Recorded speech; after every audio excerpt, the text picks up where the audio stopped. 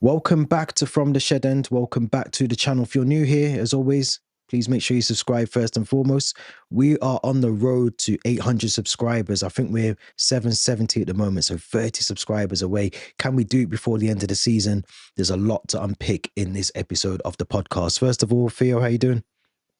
I'm good. Yeah, slowly recovering from a bit of a cold I had over the weekend. So that's probably why I sound a bit nasal and sniffy. But like you said, make sure you hit that subscribe button. And not just this season, but over the summer, we're going to have a lot of content, hopefully, of the Club World Cup. A few guests as well in the summer, hopefully, to record some videos. Also, if you Yep, want to jump in on a recording, let us know. We'd love to have you as a guest. Drop us yep, a DM on Twitter or Instagram. Obviously, the more the merrier, like we always say. But yeah, I'm yep. doing well. I'm always in a good mood after a Chelsea victory, and I'm actually looking at I've got tabs open on my laptop. Flights to Poland for the 28th of May for the Conference League final. So I know they might get a lot more expensive as soon as we secure our Mm. place in the final or make it official on Thursday. But how are you doing? If we make it official on Thursday. um, Exactly. Yeah. Yeah, yeah. No, I'm good. I'm good. Busy bank holiday as always, but like you said, it's always good to cap off with a good week. Well, good start to the week when you can beat the champions of England in Liverpool 3-1, which is where we're going to start the podcast. Um, I mean, I want to ask you two questions really. Was it a really good performance from Chelsea, or was it just the fact that we were playing a team that didn't have McAllister, Slobberslide, didn't have Kanate in Liverpool's team, and obviously they had boozed and partied throughout the week, and maybe they just took one eye off. The season's wrapped up for them. But do you feel like we actually did put in a really good performance, or was it just that Liverpool didn't turn up on Sunday? I think it was a mix of both. Like, don't get me wrong, that Liverpool side was still full of quality players. The likes Mm, of Mohamed Salah, the likes of Van Dijk, yeah. Allison.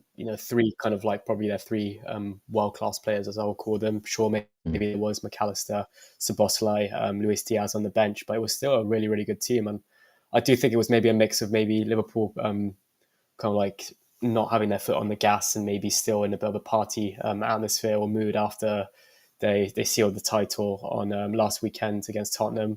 But for us, I think we just show that hunger, that fight, that desire that I wanted to see from the players to show that they want to secure top five. They're still these games should be treated like cup finals, and I think that was evident from kickoff because we were the better side throughout the first half, in my opinion. There was a yeah. small period in the second half where I felt like Liverpool really kind of like looked like they wanted to find a way back into this game, and they almost did through Van Dijk. Um, but I think overall, over the 90 minutes, we were the better team. I don't think that would have been the case maybe a couple of weeks ago when Liverpool still had a lot to play for or Yeah. wanted to get the title sealed. But yeah, no, I'm really pleased with the Chelsea performance, and I think I'm really pleased as well that every single player on that pitch, all 11 of them that started that game, put in a really good shift. I don't think there was a single player for me that didn't play well. I was really impressed by Cucurella. I've got one. I've got one. Okay. Maybe actually, yeah, maybe. I think we're probably the same one. I would have maybe said Nicholas Jackson as Yeah, yeah, mine. yeah. I don't know if that's the one you'd have agreed on. I think Yeah, he yeah, wasn't of timing his course. runs. He wasn't timing his runs properly. Um, every time he has this habit of every time he shoots, it looks like he's also going to fall over at the same time. Yeah, balance. I do like him, and we saw what he's got in his locker, that finish against Everton. But on Mm, Liverpool, it just felt like maybe he was trying too hard to the point where, like I said, he wasn't timing his runs properly. He was caught offside 2 or 3 times when he could have easily stayed onside. But no, all of maybe 10 of the others I think were fantastic. Lavia, Cucurella, Palmer, probably his best performance in a very long time. Caicedo as well. We're going to talk yeah. about him later on in this episode. But my God, I think if people now still don't want to put him in that bracket of best midfielders in the world, drop me a DM because I'll have a nice little conversation with you. He's absolutely world class, Yeah, he fantastic. We're not is. talking about his price tag anymore, and we'll talk about him in more detail. But no, overall, really pleased, and it was a nice Sunday afternoon.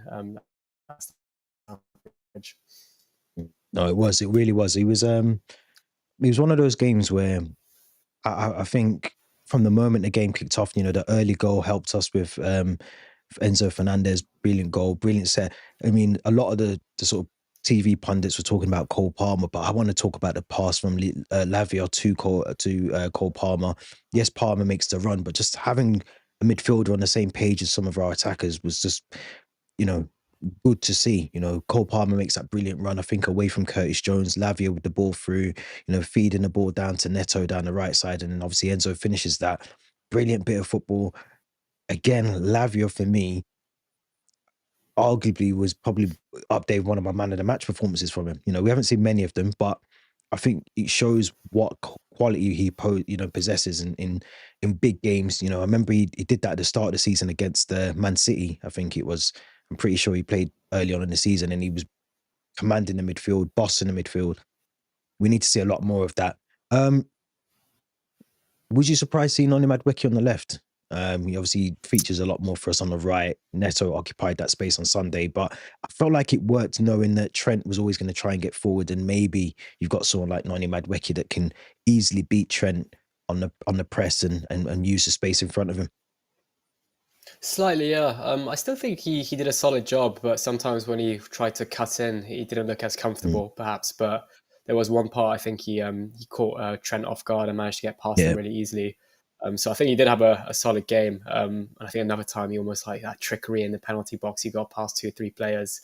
But it's just always the same with Madueke. It's lacking that kind of end finish or that end product.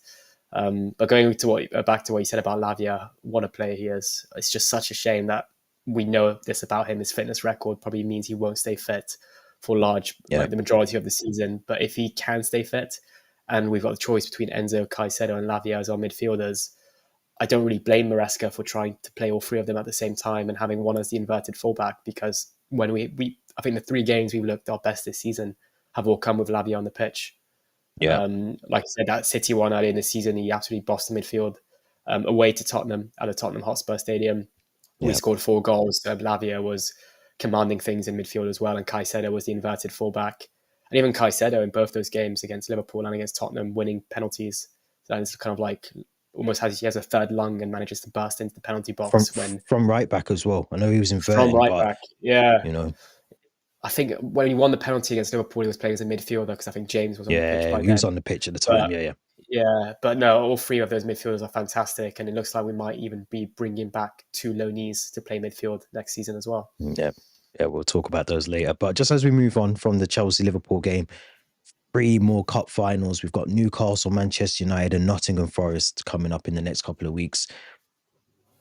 I generally think, and this is obviously dependent on results elsewhere, but I generally think if we can beat the 2 that we know are trying to push into those European spots, Newcastle and Forest, not that the Manchester United game doesn't mean anything. We still want to beat them. It's 3 points. But I think if I had to pick out of those 3, if I want to drop points somewhere, I'm looking at that United game because of the Manchester United game, because I feel Newcastle United, Nottingham Forest, Forest are on a dip at the moment. Newcastle, not really sure they're creeping into those spots as well. So do you honestly think now Champions League has been resurrected? I said on Sunday it is. I said it's back in full flow. Are you in agreement, or do you feel that there is still a very hard task in front of us? It is, because it's entirely in our hands. We've got 3 games, and if we get the results that we need in those 3 fixtures, it's a guarantee we'll make it. However, it's also 3 very tough fixtures with 2 teams still with a lot to play for, and arguably a third team in United that might see that game against us as almost a dress rehearsal for their final in Bilbao against either Bodo or Tottenham. If they get through, I still you never know with United, even a 3-0 lead, they might give that away. But no, like you said, I think if we can't afford to give points to those 2 other teams, Forest and Newcastle, who are also competing against us. We can maybe afford to draw one of those 2 games, but we can't afford to lose both, or even lose one of the 2, in my opinion. So I think if we lose against Newcastle at St James's Park on Sunday at noon, I think we've got a mountain to climb after that. Yeah, not going to be easy. I think I'm sure it's a 12 o'clock kickoff as well. I might be wrong, but 12 o'clock, yeah. Yeah, not looking forward to that at all. But let's stay positive. Let's stay positive. After the game on Sunday, the men and women's team and the youngsters, the development squads, held their awards show. I'm trying to think where it was now. The Grosvenor Hotel, Grosvenor House Hotel, London. Erin Cuthbert, Moises Caicedo, Lola Brown, Tariq George all picked up awards on the night, amongst others. But I mean, obviously the WSL's wrapped up. Congratulations to the women's team. They've won another trophy. Made it look very easy in the end, although it was a bit of a rocky end to the season in the Champions League. But let's start with Moises Caicedo, because I think he is just, like you said, no one's talking about the price tag anymore. This is a player that if you had 11 men in a dressing room, you're probably going to put Moises Caicedo's name on the team sheet first before anyone else's. He's just that good at the moment. Question for you is, does he suit having Lavia next to him probably a little bit more, and then it allows Enzo to maybe go a bit higher up and have that freedom to bomb forward and almost in the Lampard-esque way, bomb forward the last minute drive into the box? Is Caicedo the glue to our midfield? Yeah, absolutely. I think having both Lavia and Caicedo on the pitch at the same time allows Enzo a bit more freedom, and we saw that. He got his goal against Liverpool. He kind of like poked into the penalty box late on to get on the back end of that Neto pass. He scored as well against Tottenham when Lavia was on the pitch as well in the away fixture. But yeah, Caicedo, for me, it's almost that player that we've been looking for since we saw Kante, in a way. I know he wasn't really showing it in his first 6 months, and it took him a bit of time to hit the ground running, especially after that debut at the London Stadium when he gave the penalty away. People were really questioning kind of why we paid so much money for him. Yeah. But now he's proving his money's worth.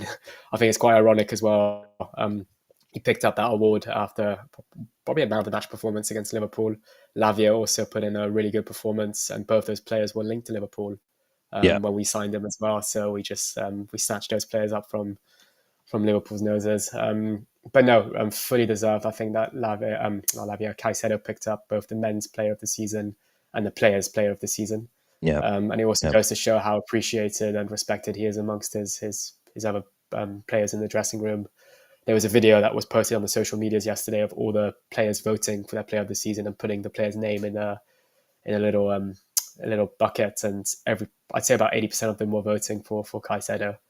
So I think if you're a Cucurella, you're a Palmer, you're a Colwill, and having a player like Caicedo alongside you, it makes your job a lot easier, because he's like, I think they nickname him in Ecuador the pulpo, the octopus, because he is literally everywhere on the pitch, almost like he's got 8 tentacles, and he does this thing where he manages to like win the ball back but also stay up and not actually like get to ground, which is an absolute brilliant trait or skill to have. But yeah, I think we're going to do our end of year awards, I think, in a couple of weeks, but I think I'll be in favour of having Caicedo as my player of the season.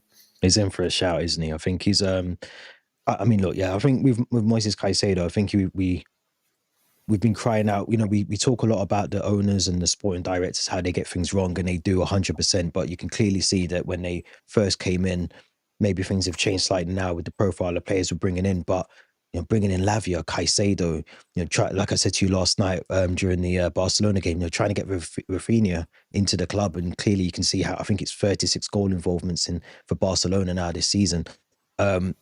Trying to get this profile of players when the ownership first took over showed you their intent and their intentions of trying to bring through as much of the talent they can that they've spotted through their scouting network. But Caicedo, for me, Lavia, I mean, those two, to see them two in midfield next season is going to be amazing. And maybe, hopefully, we see Reece James back at that right back position where he's either able to drop in and invert into the midfield, or he just plays as a natural right back.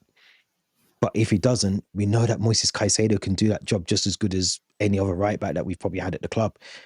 So it's almost like he's playing this hybrid role, but he's doing it really well. He's doing it more so than a natural fullback would do. I've run out of things to say about him because he's just that good. And rarely gets injured.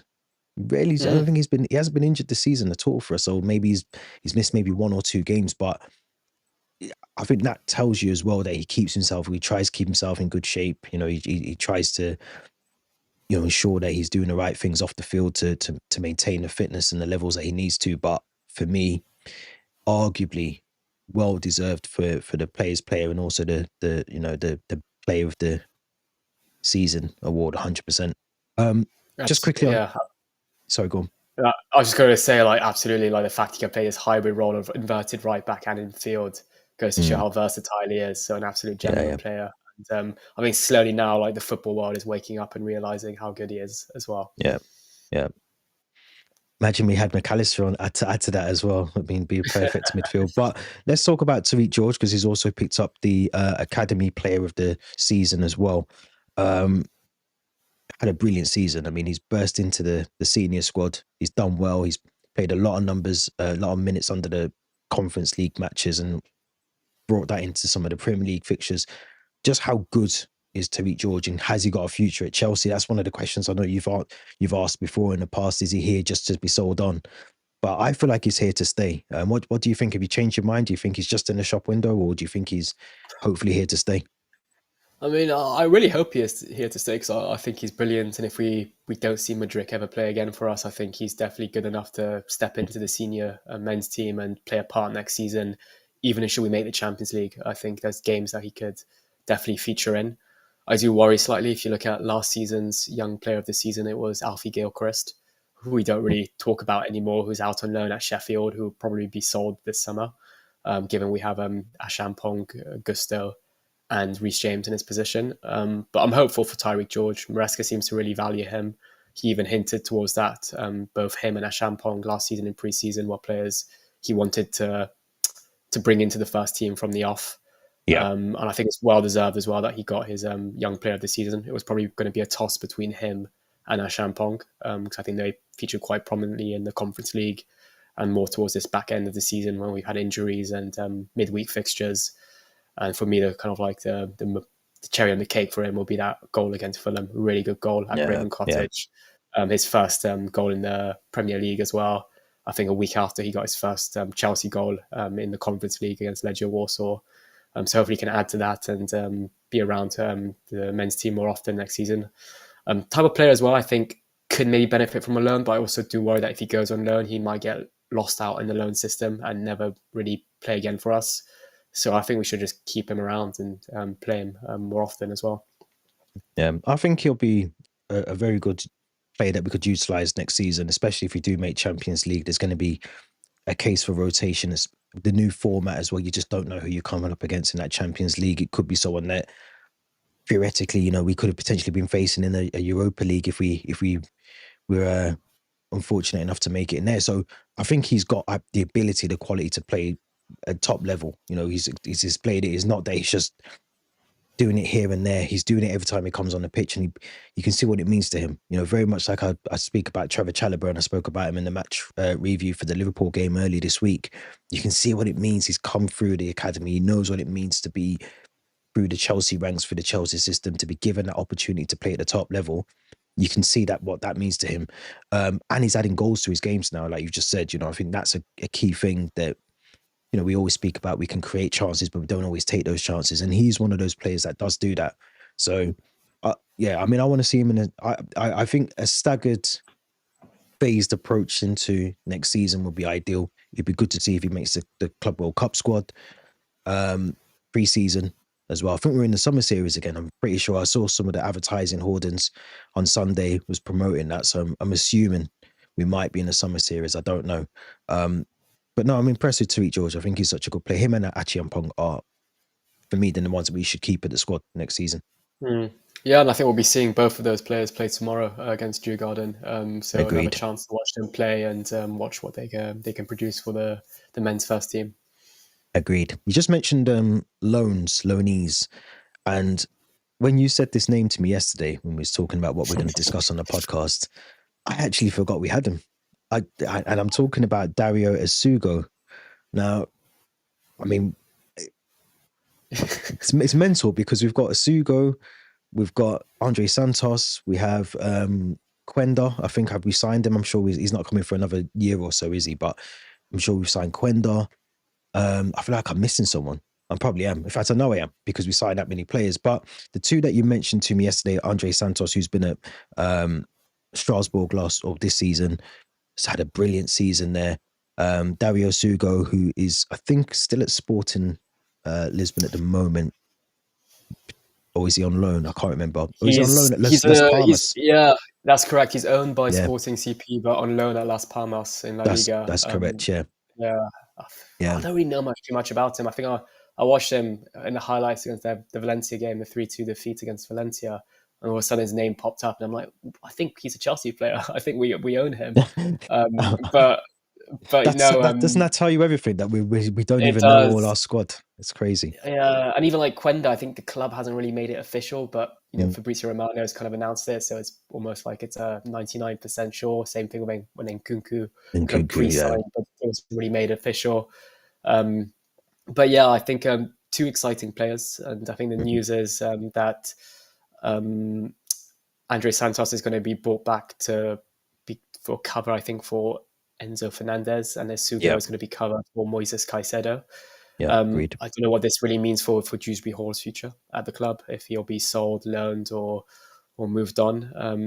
I really like Andre Santos. I think it's time now he takes this step from his loan in RC Strasbourg and comes back to the Premier League after quite unsuccessful loan at Nottingham Forest. But I Yeah, think it's unsuccessful purely because they just weren't giving him the game time, not yeah. because he's Two appearances for Nottingham two Forest. appearances. Yeah, one I think in the cup against Burnley and another off the bench in the league. Mm. But yeah, recently nominated for Young Player of the Season in Ligue 1 with Strasbourg. So it goes to show that he is a proper talent and in the same bracket as guys like Desiré Doué, who are Yeah, also nominated for that award. And a lot of people who watch Ligue 1 tell me how good he is. I think him and Petrovic were the joint man yeah, of the match for their in a game against PSG when they beat them 2-1 yeah. last weekend. Petrovic as well, actually nominated for It's been goalkeeper of the year nominated. in Ligue 1. Yeah. So it goes to show that if these players are producing and getting the results abroad and on loan, it's only Mm. fair that we give them a chance back in the first team. And I think if there's Yeah. two names that I would like to see back at Chelsea next season, it's Petrovic and Andre Santos. And I'll be honest, I feel like that's an area that, as much as we have Caicedo, Lavia, and Enzo, you'd expect maybe Dewsbury Hall, some of the other players that we've got. I'm trying to think off the top of my head. Renato Vega, I think, will be gone. All these other players. Santos has had a brilliant, brilliant season.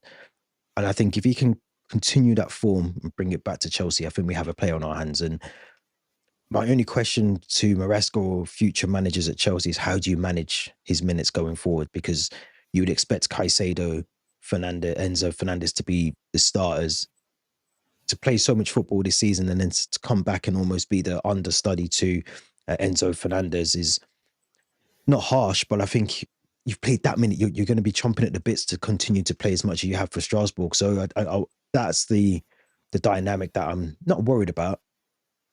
Slightly am, because it's Enzo Fernandez and Enzo Maresca, and I think he can be a bit indecisive at times. So that worries me. But I think if we can get him playing as much football at Chelsea as possible, then I think he'll have just as good as a season as at Strasbourg. And Essugo, again, I don't know much about him. I know that he's planned to join up and be part of the Club World Cup squad.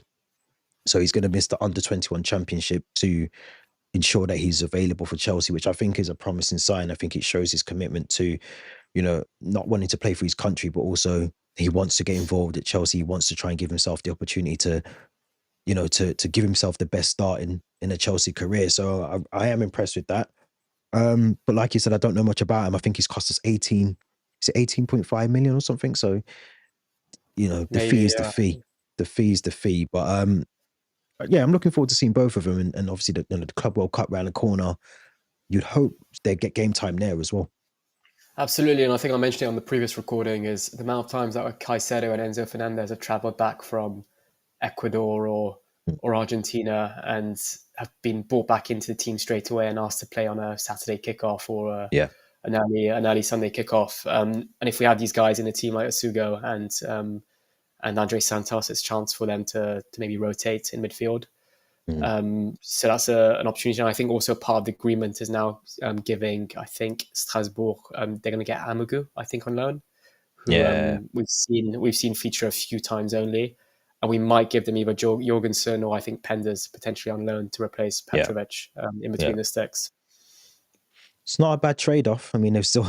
I mean, I don't know much again about Amagu. He has only played one or two games for us this season, but we know that Jurgensen. We know that Mike Penders has had a half decent season before he joins us. So I think we need Petrovic back. We need some depth in that midfield. And even if we don't make Champions League next season, I want us to compete domestically for the Premier League. I want us to compete Mm. for, FA Cup, League Cup. So I'm thinking about a game against like Shrewsbury Town or something in the League Cup, or a Birmingham City or someone like that. These are the sort of games I'd expect to see a Caicedo rested for Essugo, or vice versa for Enzo for Santos.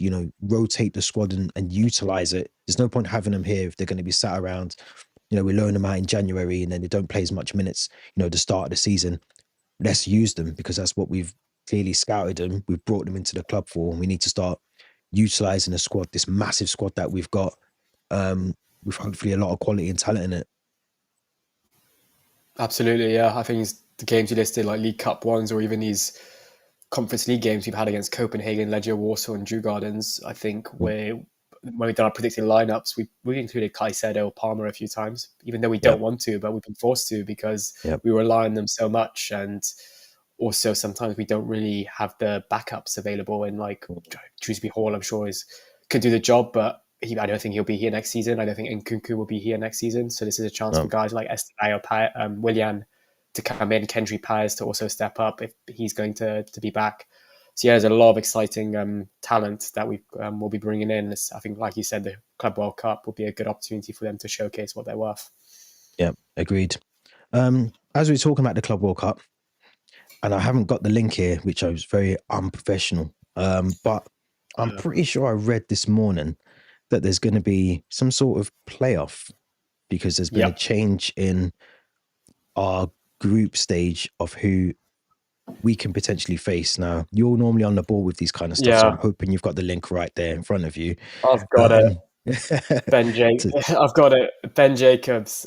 So he put out a tweet yesterday breaking that the CAS rejects Club Leon's appeal to be reinstated into Club World Cup. So if you remember a few weeks back, Club Leon were, I think, kicked out the Club World Cup for dual ownership. And FIFA will now stage a playoff match between Club America and LAFC to determine who gets the final spot. And that spot will be in Chelsea's Group D alongside Flamengo and Esperance Tunis. And I think there was previous talk about a Costa Rican club also taking part. And I think I thought so. Their application was failed or got rejected. Okay. I don't know how a playoff match works, if it's a neutral stadium, one match, if it's two legs, aggregate score. But Club America will play them on being last two pre-seasons or couple pre-seasons. Yeah. LAFC, I think that's where Gareth Bale went out. If I'm you not know mistaken. who plays for them now, don't you? Oh, of course, Olivier Giroud. Olivier Giroud, yeah. Wow, we could be getting a reunion with Olivier Giroud and maybe Thiago Silva later on in the tournament as well. Yeah. Wow, some familiar faces. But yeah, I think it'll be nice because I think those two teams obviously do have a big fan base. It'll be tough, obviously, LAFC playing in their home country, the US. So they might have quite a large following, and also Club America. Club America is big. They're big, and Mexican fans will make the trip to the US, obviously, to watch that. They've got a huge following both in the US and in Mexico. So two big teams. So I think things have all of a sudden got a bit trickier in our group, perhaps. Yeah. So we will play either LAFC or Club America on Monday, the 16th of June in Atlanta. So whoever wins the playoff will be facing the mighty Chelsea. I'm looking forward. While we're on the topic of Club World Cup, I know we're playing Flamengo in the Club World Cup. I'm not sure you've seen who they've been linked to this week. João Felix. João Felix, they're looking to start negotiations to get him to play for the Club World Cup, and they're also looking to sign Jorginho for the Club World Cup as well. So I think they've done that. I think that's a done deal. The Jorginho one's a done deal. He put the "Here we go" yesterday. So I think because he's a free agent end of season, and I think he was also being linked to Turkey, but being a native Brazilian, he'll probably want to return there. I tell you what's annoying, just before we move on, about when I grew up, transfers were like, you didn't know about them. Like it was I love the fact you didn't know about them, and it was just like a big surprise. Now you've got like the likes of Fabrizio, David Ornstein, and all the rest of it. You know it before sometimes probably like the club's players know it, or the kit man knows it, or the medical staff know it, and it's just a bit like sometimes we don't need to know everything all at once. Maybe that's just me, I'm old fashioned, but I want to hear the announcement, the shock. Whereas now it's not a shock.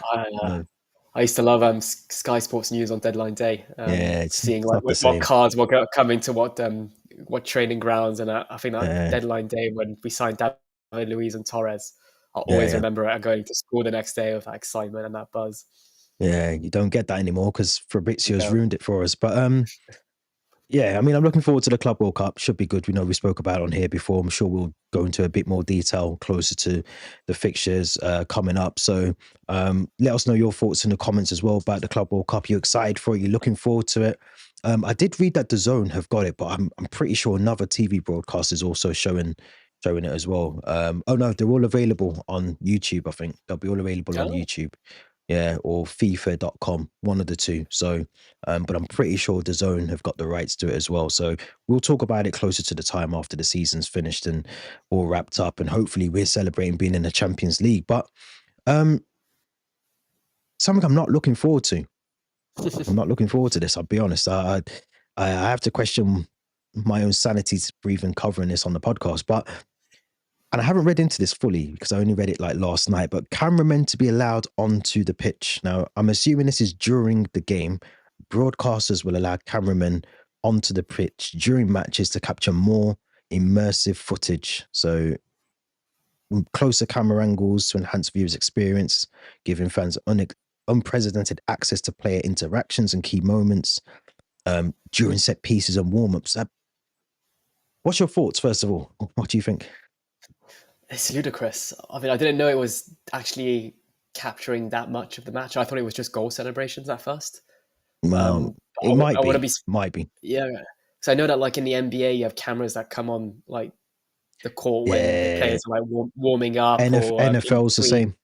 Yeah, and we live in this age now where we just these kind of big brands or corporations just want to bring out as much digital content as possible online. Yeah, And especially if it's video content that can be recycled across YouTube Shorts, Instagram Reels, TikTok, then they're going to kind of create it. And maybe people that can't be in the stadiums or watch the matches live back in, I don't know, in the US or Asia, they're going to watch these videos. And this is yeah. just going to determine if they're a Cole Palmer fan, a Mohamed Salah fan, a Bukayo Saka fan, and then obviously start following the clubs that they play for. Hmm. But I'm not surprised. I'm really not surprised because that's the kind of direction the sport is going into now. Not just what's happening on the pitch, but also off the pitch, in between the halves. I think there was talks of having like halftime interviews with managers. Even we saw it as well when Salah scored against Tottenham. They handed him like a Google Yeah, smartphone, and he took that selfie. And apparently that was all pre-planned yeah. because it was Sponsorship. like a sponsorship with Google Yeah, Google. smartphones. Yeah, yeah, But yeah, I just feel like it's kind of ruining the raw kind of natural side to the game because if footballers know that cameras are going to be there in their face 24/7 mm, or at least throughout the 90 minutes, they're not going to be acting normal. I yeah. wouldn't be surprised if we have GoPros as well on goalkeepers like Ben Foster used to do at Wrexham, or if we have players that are mic'd up or referees that are mic'd up so you can hear the conversations they have. Now But that I'm for. I'd like to see a ref get mic'd up. referees, yeah, to be fair, I would, but I wouldn't want to see a player because I know in the NBA they put mics on players and you can hear everything they say. And it's quite entertaining to watch. But at the same time, if a player had a mic on him and he knew that he was being mic'd up, he'd probably say things just to, I don't To know, be show off because he's on the or to mic. be He's got to cool. sort of you got to talk. You can't Yeah. have a mic and not say anything. So yeah, But yeah, not looking forward to it. what are you? No, I think we're on the same page there, and I'm not looking forward to it. And I think it's gonna kind of just kind of be there to kind of capture more content for the socials, for the clubs, and but yeah, it's sadly I'll, that's the direction the sport's going into. I'll put it to you like this: imagine it's a Champions League final, and I don't know, you're just about to take a free kick. It's 2-1 to the opposition team, or it's 1-1. You're about to take a free kick, and this free kick is in the 80th minute, and then suddenly a camera's, you know, you're focused, you want to take the free kick, and then suddenly a camera's right, you know, a couple of meters away from you, and you're trying to focus on the free kick. It just doesn't seem logical to me that, you know, there's enough distractions anyway in a football match. But how would that work? Imagine, Because if he takes a free kick and then it rebounds back to him and the camera's still on the pitch, then he's I, I, interfering with I, play. It's I don't know. Maybe they'll use drones. I don't know. I don't know. I don't know. But whatever it is, it just doesn't. It doesn't fill me with confidence that we're moving into the good direction of sports, not just football, but just in terms of sports. It's all kind of like you said. You know, I mean, I don't watch the Ballers League, but I feel it's kind of like Mm, a trial period for what we can try and get away with yeah. in, 11-a-side football. I don't watch it, but I know that there's quite a lot of sort of interaction with cameras, interaction with the managers on the touchline, all the rest of it. Is that maybe like an introduction as to how it works, trial and see how it works in that, and then we can maybe roll that out wider to professional sort of top level football? But I don't know. Doesn't fill me with joy. I'll tell you that much We've said anyway. we've said it for a long time that the sports now are more focused around entertainment than actual kind of Yeah. like passion or getting the results for the team or having that kind of following that these owners probably want to connect with the fans. I'm sure Bowley's licking his lips at the thought of having cameras on the pitch, Oh, capturing more he's content. probably part of it. He's probably the reason why it's happening. Wouldn't be a doubt. I wouldn't be surprised if he's the one who's kind of like signed or the petition to get this, get the ball Mm. rolling to get the cameras on the pitch. Yeah. Yeah, not good, not good. But what is good is a 4-1 aggregate score to take back, or to come home to, I should say,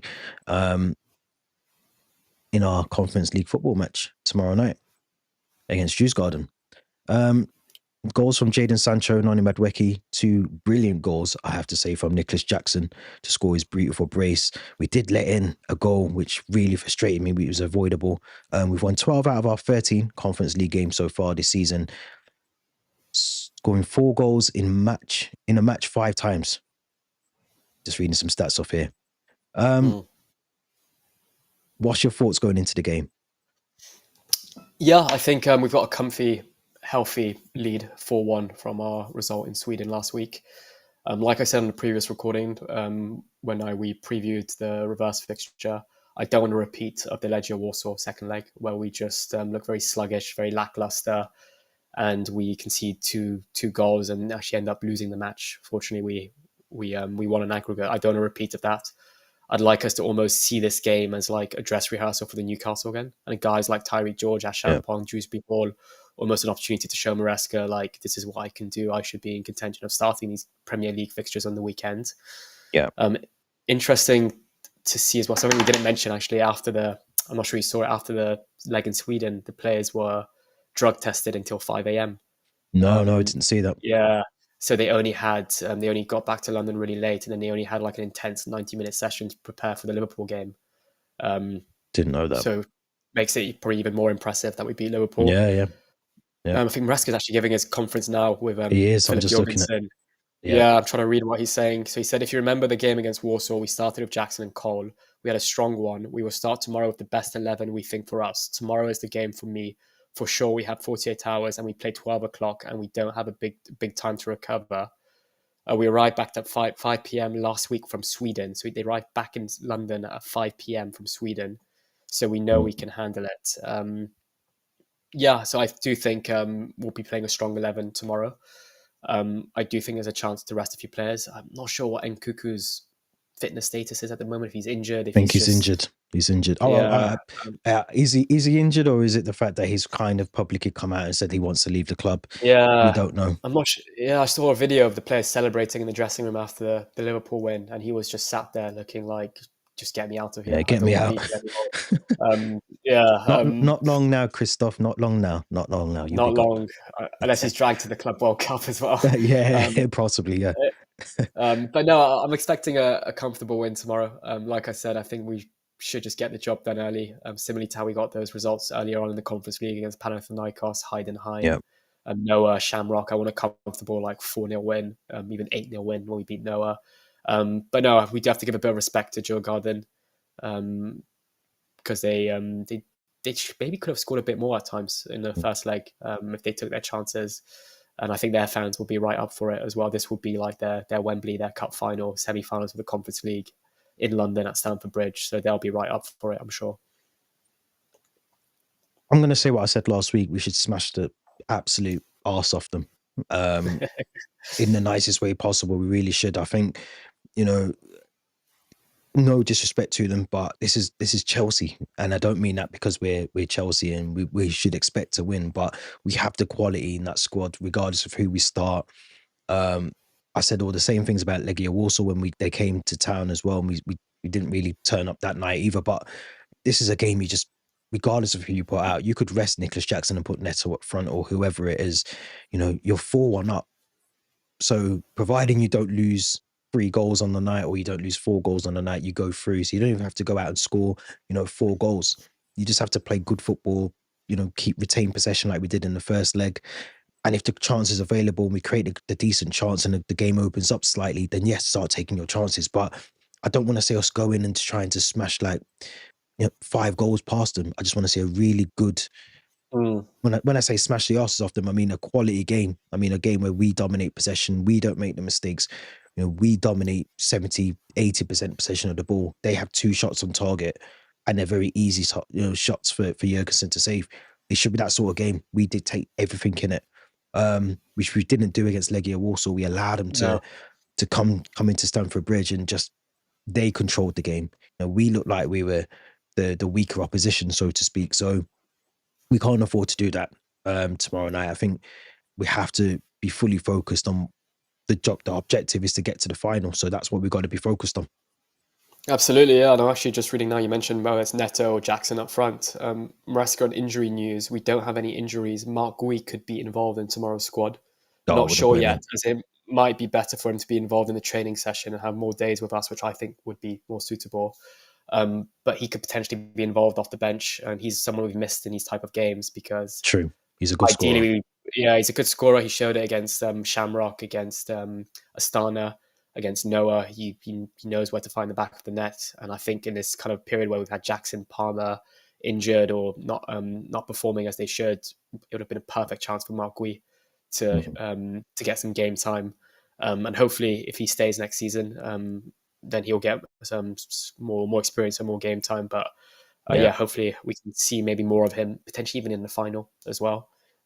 True. You mentioned we should be getting to the final. We'll be playing either Fiorentina or Real Betis. I think Betis are 2-1 up in the first leg, and we'll find out tomorrow as well who the opponent would be. I think I mentioned at the start of the video, I've got like one button to press and I book my flights. I'm just waiting. Just book it. Just get it done. I think even if I don't get a match ticket, it'll be an experience. You want to be there. Yeah, you want to go out there. You want to go out there and just, even if, like you say, not part of the match day experience in terms of being in the stadium, at least you're there. There'll be celebrations hopefully afterwards the game as well. So one thing I didn't know before we wrap up and do our predictions is Maresca. So if we do play Fiorentina, he'll obviously have a close tie to the club, seeing as he played for Fiorentina. He did, didn't he? I think, he played for Parma, Fiorentina, played for West Brom as well. West Brom, yeah. So if we get Fiorentina, it might be a bit of we have to win this game. We should be winning this game sort of mentality that hopefully gives out to the players. But just in terms of your predictions for your predicted lineup, I think is it self-explanatory? Is it almost picking itself? Kind of. I would go with Jurgensen, Gusto, Tosin, Chalobah. Actually, no, I'd go Gusto left back. I'm sorry, I'd go with Tosin, Bajashil, Gusto left back, Ashampong right back. I'd go with Dewsbury Hall. I would go with Enzo. I would have Nkunku because Baraska said he's not injured. He's not in the injury list. So I'd have Nkunku. I'd have Jackson, and I'd have George and Sancho on the wings. So you put Nkunku in the 10? I would put Nkunku as the 10. Even though he probably won't be here next season, I don't think we can afford to play Palmer, given the importance of the game on Sunday. I would maybe rest Palmer, I'd rest Cucurella, I'd rest Lavia, even though he's not part of the Conference League squad, Colwill, Caicedo.